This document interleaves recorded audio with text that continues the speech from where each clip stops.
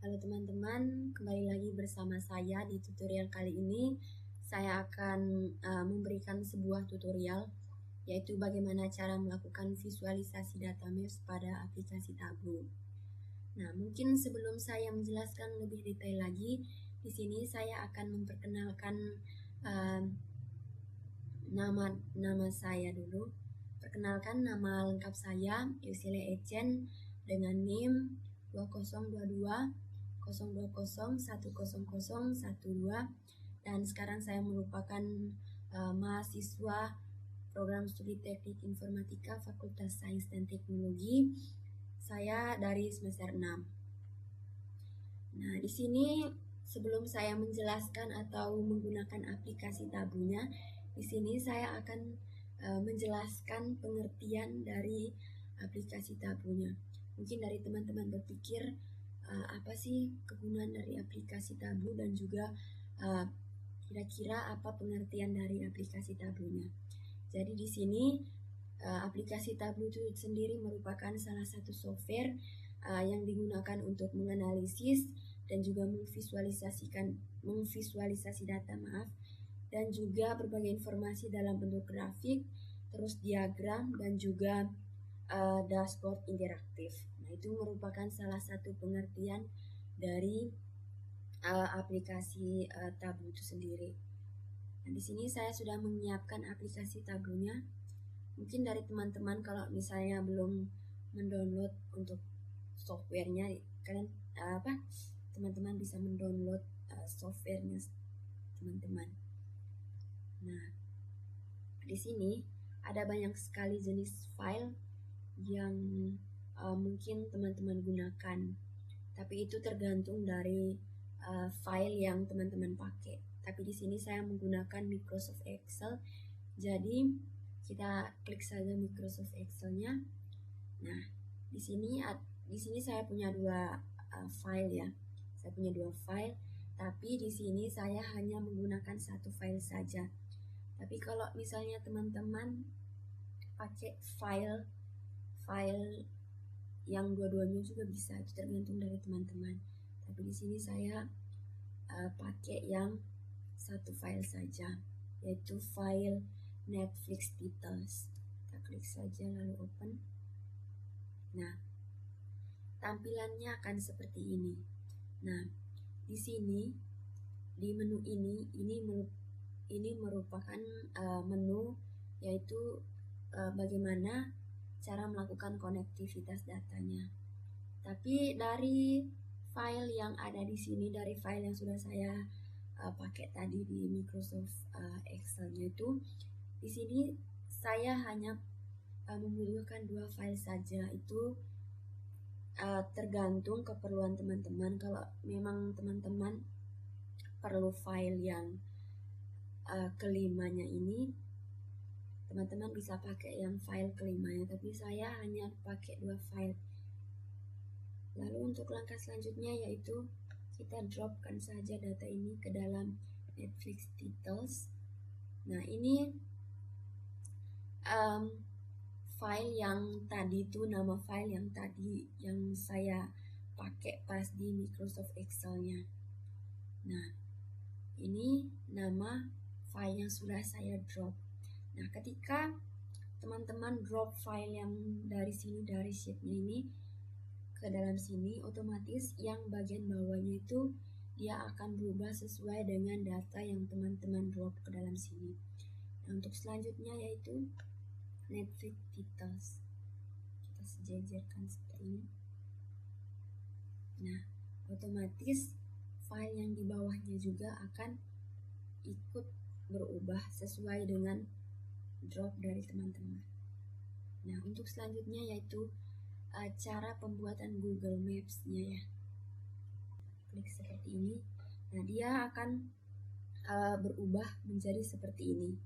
Nah, di sini ini merupakan tahap akhir untuk pembuatan Google Maps-nya nanti. Untuk langkah awal yang akan kita lakukan, yang pertama, di sini ada dua jenis menu. Yang pertama ada columns dan yang kedua ada rows. Nah, apa sih kegunaan dari kedua jenis menu ini? Nah, kegunaannya itu dia berfungsi untuk mendrop in data yang ada di dalam sini, terus kita simpan ke dalam sini. Begitupun yang ada di sini atau semua file yang ada di sini.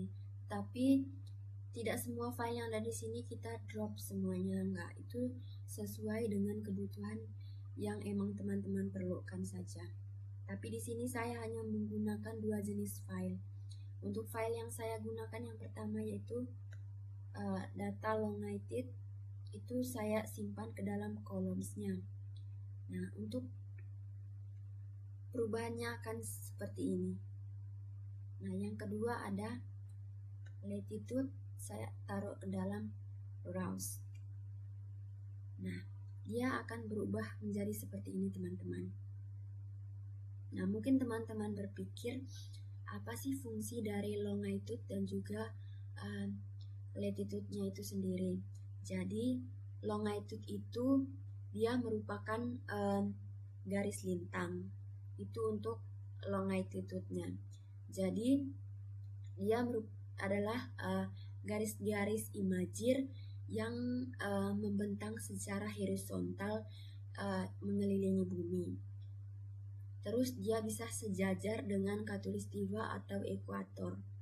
Jadi mereka bisa mengukur jarak dari utara atau selatan dari khatulistiwa. Nah, untuk data latitude-nya itu sendiri dia merupakan garis bujur. Nah, dia berfungsi sebagai garis-garis imajir yang membentang secara vertikal. Tadi kan yang di atasnya membentang secara horizontal, lalu yang di bawahnya itu dia membentang secara vertikal. Nah, dia membentang secara vertikal dari kutub utara ke kutub selatan. Jadi dia membentuk bujur. Di atas permukaan bumi. Jadi mereka bisa mengukur jarak dari timur atau barat dari meridian utama. Itu merupakan fungsi dari 2 jenis tipe data yang ini. Nah, untuk selanjutnya yaitu cara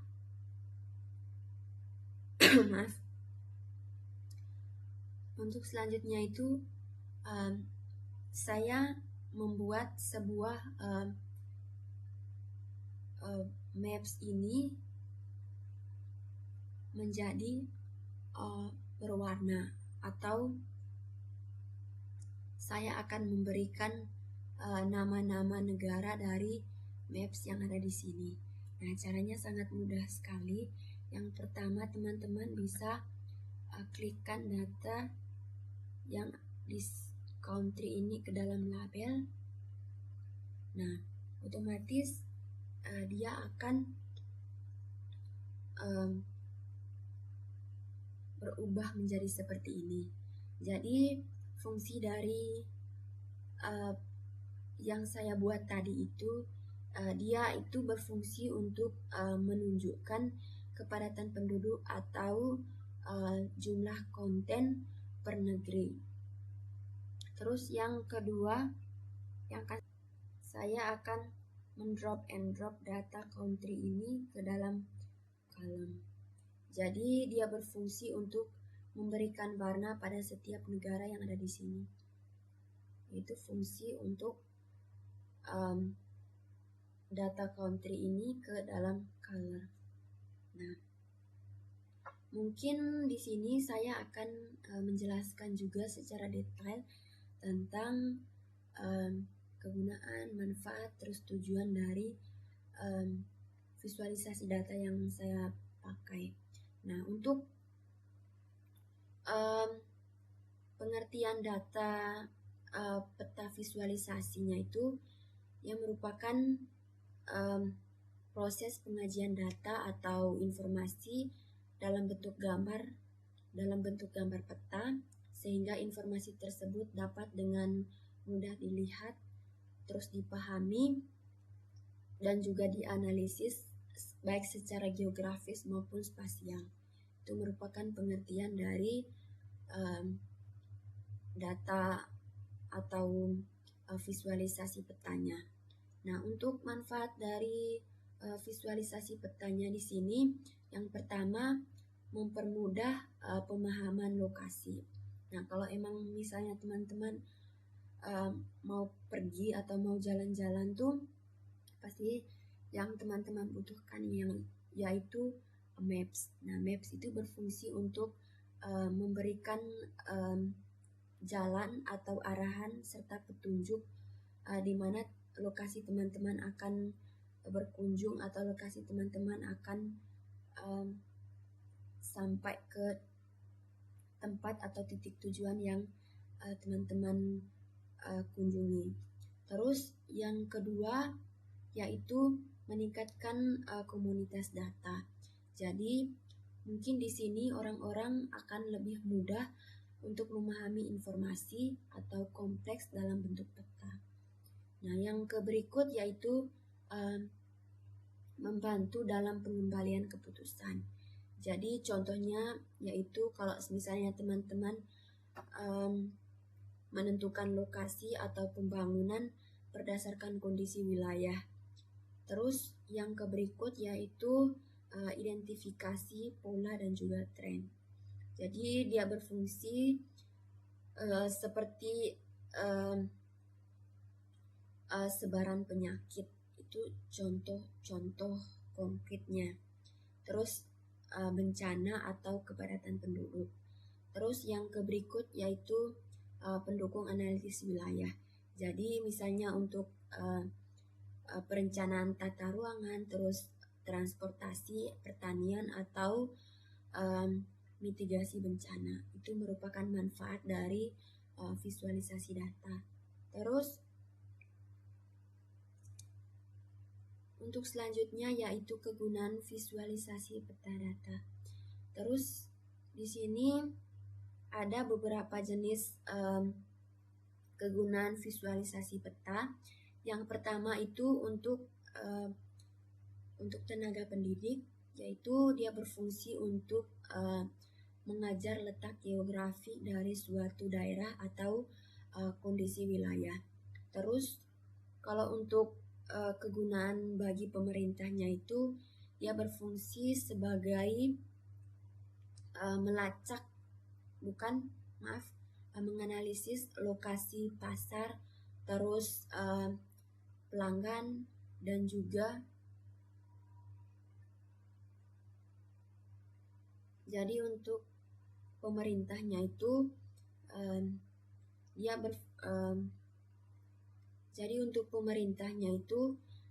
bisa berfungsi atau berguna untuk perencanaan wilayah, terus pengawasan lingkungan, dan juga layanan publik. Itu merupakan kegunaan dari visualisasi peta data untuk pemerintah.